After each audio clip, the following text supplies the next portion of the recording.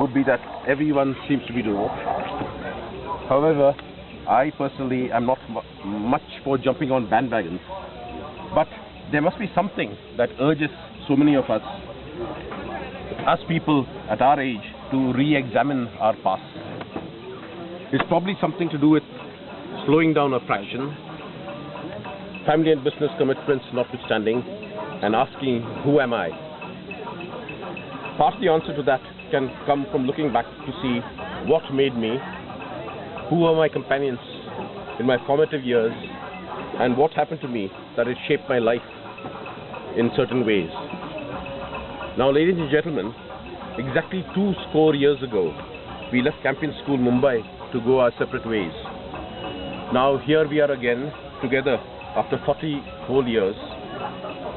It is difficult to imagine that some of us last saw each other in 1970, when we passed out of Campion. Now, had we been born a few centuries earlier, those intervening 40 years would have been years of little change.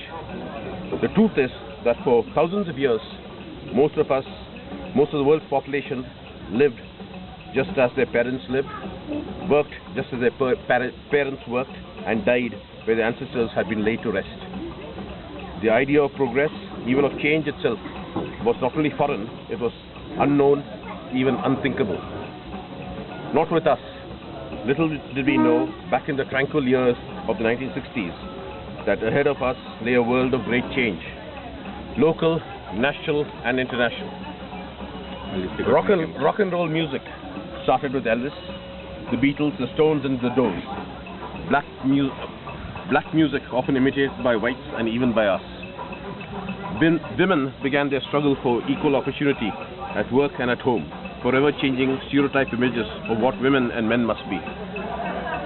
Part of the change was the sexual revolution that followed the invention of the pill.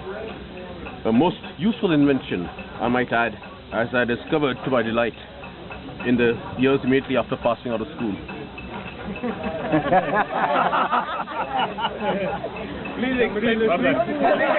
Little later. Please elaborate on that. She wants to know.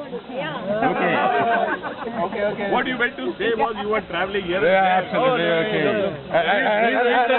Okay. And the girls were traveling too. Anyway, the television era began, changing forever the way we recreate, communicate, and receive information.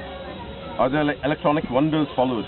The personal computer, the cell phone, which gets smarter and smarter every year, and other devices that to some of us might seem to have complicated rather than enriched our lives. Space travel began and continued with landing man on the moon and exploration of the outer solar system. Nuclear weapons were proliferated to numerous countries, and the Cold War ultimately brought about the collapse of our former ally, the Soviet Union. The Berlin Wall came tumbling down. Terrorism, a word unheard of during our school days, has become commonplace, and 9/11 and 26/11 happened. Unparalleled corruption reached places most high, destroying the very fabric of our social and moral structure. Yes, so much has happened from the time we joined Campion and today when we are celebrating this reunion. Tonight, I would like to leave high-speed technology and current events behind while we journey briefly to the Campion we once knew, and in my opinion, we spent some of the best times of our lives. Yay! Campion for all of us was a place of learning and inspiration, a place where lifelong friendships were formed. I had the honor of being the school captain of Campion, and that is something I will not forget for the rest of my life. It's been our honor having you as captain. Now, gentlemen, do you remember the back gardens where we learned to play sports for the first time? And the Fort Convent girls. Hey! Chance, man. We learned to play cricket, basketball, and many other games there. Now, learning to play under the watchful eyes of our coaches was one thing, but in between, our own eyes wandering because of the many distractions from St. Anne's and Fort Convent was something else. I can still hear the abuse hurled at us by Balagovan and Hodi when we were thus distracted. The games that we played at Campion, I'm sure you'll all agree, has stood us in good stead during our later years.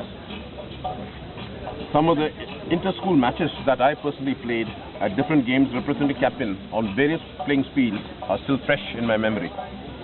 The March Past Trophy, which we used to win every year without fail at the inter-school athletics competition, was a matter of great pride and honor to all of us. The only thing we ever won. Yeah. I cannot still forget the elocution competitions, the NCC rallies, the scout camps, and the fabulous school plays that we used to put up every year. During those days, ladies and gentlemen, life was much simpler. The closest thing we had to the modern day shopping mall was Shakari Bandar next door, and the nearest we experienced fine dining was a visit to qualities. On the rare occasions when you had the money. No, we were always treated. The rest of the eating was at the school canteen or one of the Irani restaurants close to school, where we would mix Coke and Fanta to make it look as we were drinking beer. The other place that readily comes to mind was Ahmed's, where most of us had our first cigarette, and from where we were caught smoking, mainly by Hodi, and then promptly marched to the principal's office, where we got a thorough dressing down. Forget the pink card. Absolutely. Pink card. It is with great nostalgia. I remember the school, the socials we used to have with the girls from Fort Convent. Right. On the terrace of our school, where the gravelly floor made it impossible to dance. But being innovative Campionites, we overcame that small problem by spreading a tarpaulin on the floor, and hey presto, we had a dance floor, and it more than served its purpose. In case some of you, and I'm referring to the wives and companions, are wondering that you think that all we did in Campion was to play games, eat, and make merry, and may I inform you that the school was excellent academically, and most of us did brilliantly in our studies. For that, we must thank our dedicated teachers who molded us into the men we are today.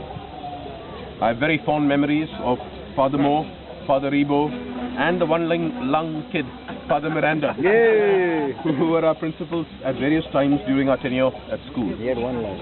Unfortunately, after having moved to South India, I have lost touch with most of our teachers, and I would request some of you who are in touch with them to say a few words after I have finished. I started out by noting how different life was a few centuries ago, but please, gentlemen and ladies, consider this. Had we been born, say, 50 years ago, the chances of our being together at our current age would have been minimal. Life expectancy in our country in the early years of the 20th century was barely 40 years.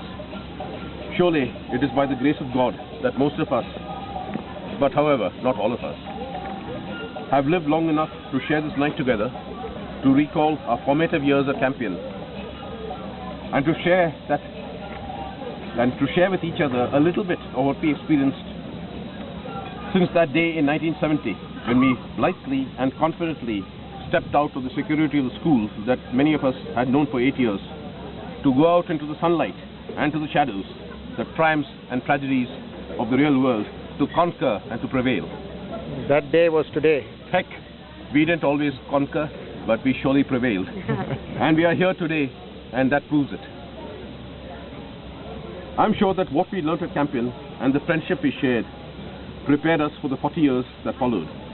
And I'm thankful that, and I'm sure all of you are, that tonight we can share this common milestone in our lives and say together, hail to thee, our alma mater, hail to thee, Campion. Yeah. 3 cheers for Campion. Hip hip! Hip hip! Hooray! Hip hip! Hooray! And 3 ladies cheers! and gentlemen, unfortunately I don't have a glass with me, but will you join me in raising a toast to our school and to all of us present, and also let us remember our absent friends. Cheers! Cheers! Cheers! To the class of 70! Hip hip! Hooray! Hip hip! And now, ladies and gentlemen, enjoy the company. The night is young, and so are we. Yeah.